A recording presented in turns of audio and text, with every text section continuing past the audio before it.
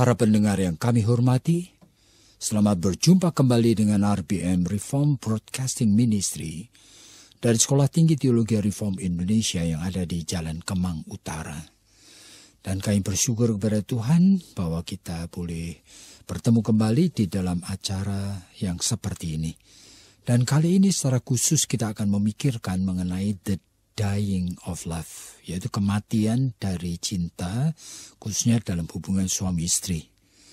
Dan seringkali kita heran oleh karena banyak orang-orang Kristen yang sekarang ini ternyata itu berani untuk membiarkan, bahkan berani mengambil suatu sikap di tengah kematian yang mulai dirasakan di dalam hubungan antara dirinya dengan pasangannya.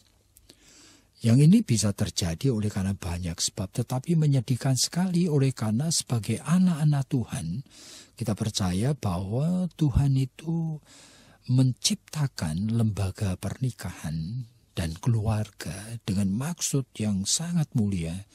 Bukan hanya untuk supaya manusia itu bisa bersenang-senang, berbahagia, bisa mengatasi akan kesendirian atau loneliness-nya, mempunyai teman atau akan rekan di dalam hidup ini, tetapi Tuhan sebetulnya mempunyai purpose bahwa melalui kehidupan rumah tangga itu akan dilahirkan anak-anak Tuhan yang dipersiapkan menjadi manusia seutuhnya yang nantinya bisa menjadi partner-partner Allah yang menggarap, yang membebaskan bahkan setiap aspek hidup ini dari kesia-siaan oleh karena dosa.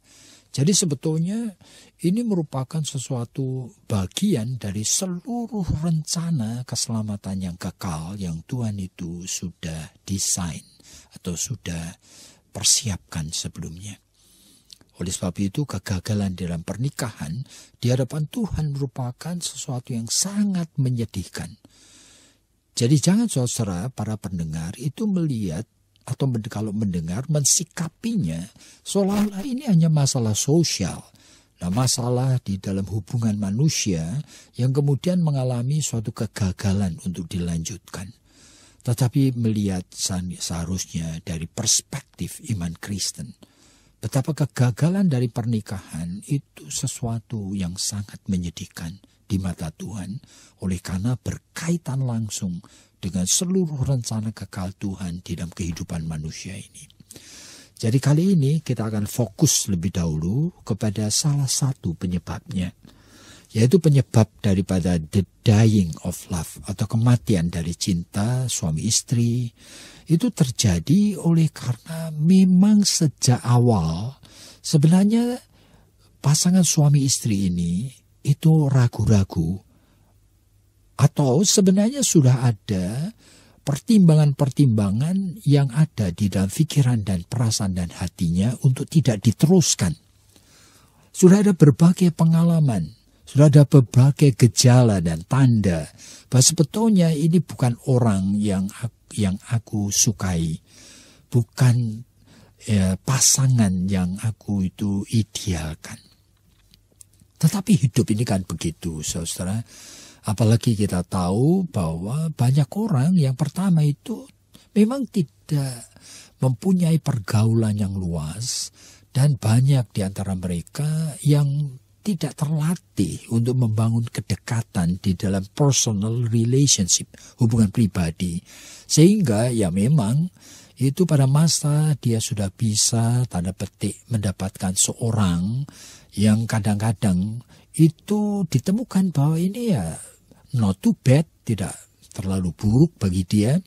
Bahkan ada hal-hal dia bisa kerja barangkali juga oleh karena seiman dari gereja yang dia tahu dan sebagainya. Bahkan dari keluarga yang mungkin dinilainya cukup oke, cukup baik gitu.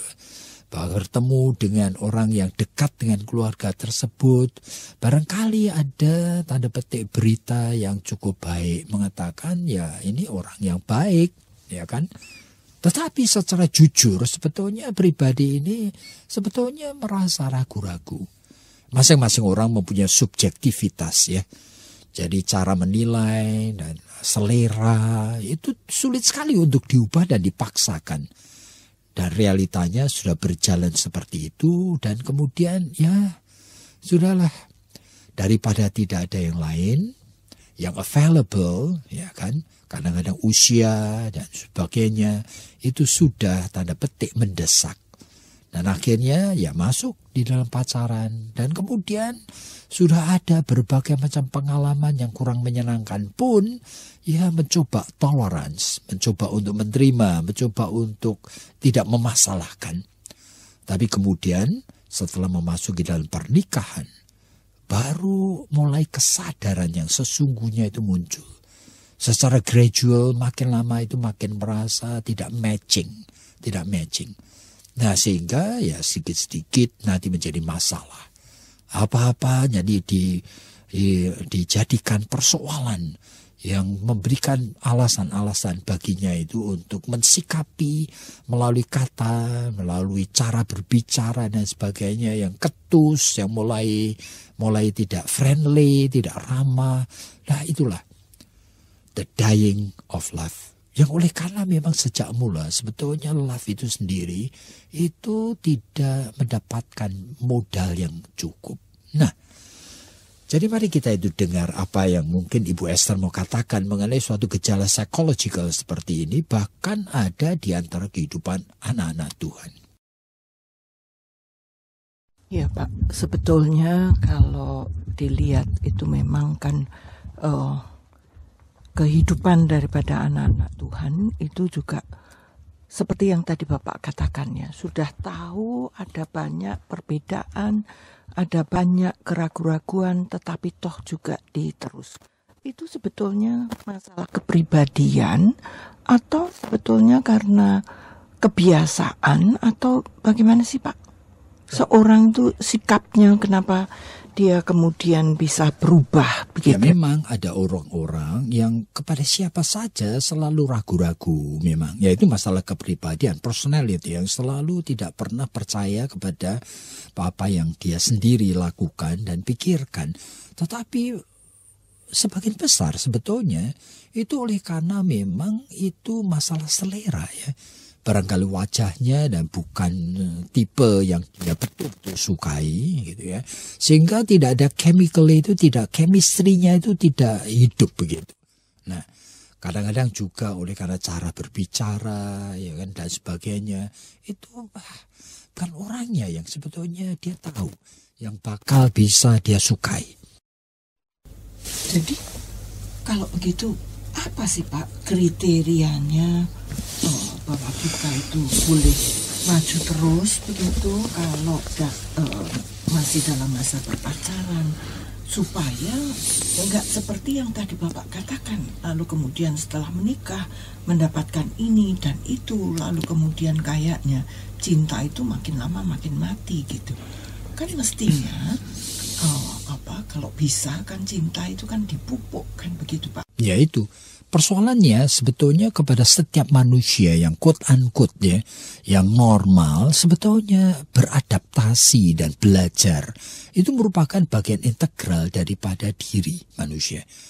Sehingga dengan pengharapan tentu saja masing-masing orang tahulah bahwa sebetulnya siapa tahu di tengah jalan oleh karena mulai ada hubungan yang lebih personal, nah mungkin muncul hal-hal yang menyenangkan. Nah itu seringkali itu ada ekspektasi seperti itu. Jadi kalau begitu ini selain daripada masalah kepribadian sebetulnya kan juga kayaknya kok merupakan masalah insting begitu ya Pak. Kan ada orang yang instingnya itu memang selalu ragu-ragu gitu. Mau maju atau mau berhenti, mencintai atau mau apa begitu. Nanti sudah ambil keputusan, nanti ragu-ragu lagi. Kan instingnya itu maju mundur begitu Pak. Yes, memang masing-masing orang punya keunikan di dalam meresponi, akan mensikapi akan apa yang dia akan pilih sebenarnya.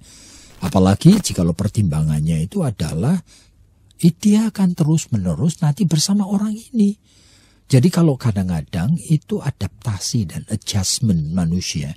Itu kadang-kadang itu kalau hanya untuk bertemu seperti misalnya sama-sama melakukan kegiatan, ya kan, yang kemudian menjadi satu tim, lalu itu barangkali oleh karena waktu yang pendek, barangkali bertemunya itu hanya untuk seminggu 2 minggu, ya manusia sebetulnya itu oke-oke aja meskipun tidak cocok gitu. Tetapi kalau menikah itu berarti seolah-olah itu forever dengan orang yang sebetulnya bukan ia idealkan. Makanya bagi orang-orang yang tetap mau menghidupkan idealismenya, berarti tetap mau menghidupkan dan menganggap penting bahwa kebahagiaan itu saya harus raih. Kebahagiaan yang memang betul-betul itu reasonable untuk saya. Kebahagiaan yang memang sesuai dengan kebutuhan saya. Nah, ada orang yang seperti itu biasanya kemudian merasa bahwa cintanya tidak mau dia itu hidupkan. Jadi kalau gitu kan sulit dong Pak bicara mengenai berpacaran. Kalau dia maju mundur seperti ini, kalau tadi kebahagiaan itu cuma sesuai dengan seleranya dia, kan kadang-kadang lalu kemudian sudah berpacaran misalnya setahun tidak jadi. Makanya sebetulnya yang seperti itu menjadi suatu fenomena yang kita lihat di kanan kiri kita, apalagi di tengah zaman ini di mana kita bertemu sebagian besar dari pemuda yang milenialis ini, itu sebetulnya tidak memakai prinsip yang konsisten di dalam kehidupan ini. Jadi selera itu bisa swing, ya bisa berubah-ubah. Bahkan pikiran dan perasaannya pun bisa berubah-ubah. Ini semakin sulit, apalagi di tengah lingkungan yang permisif. Seolah-olah tidak jadi, atau bahkan sudah menikah cerai pun, seolah-olah kanan kiri kita ini menganggap oke aja. Ya, itu menjadi masalah yang sebetulnya sulit sekali. Jadi mestinya itu bagaimana sih Pak?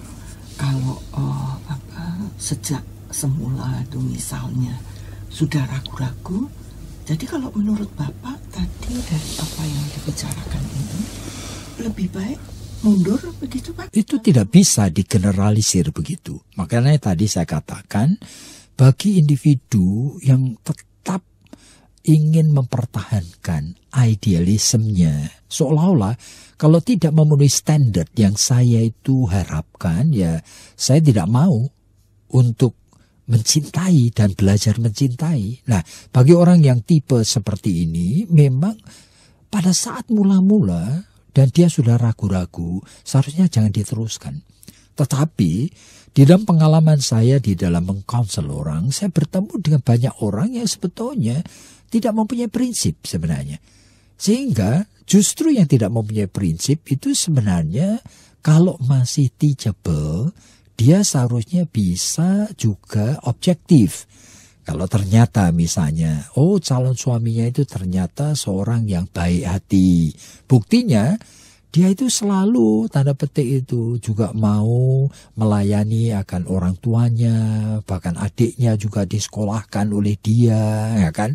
Misalnya. Yang kedua, calon saya ini seorang yang cinta Tuhan. Oleh karena apa? Ya oleh karena dia aktif di gereja dan suka sekali hal-hal rohani. Nah, lalu yang ketiga, ternyata dia juga bisa kerja. Nah, sebetulnya kriteria seperti ini itu sebetulnya sudah bisa dipegang sebagai sesuatu syarat untuk melanjutkan, bahkan nanti memelihara hubungan ini. Nah, sehingga selera-selera yang subjektif sifatnya, misalnya aku tidak begitu suka caranya ngomong, aku tidak begitu suka wajahnya misalnya, itu seharusnya tidak menjadi primer.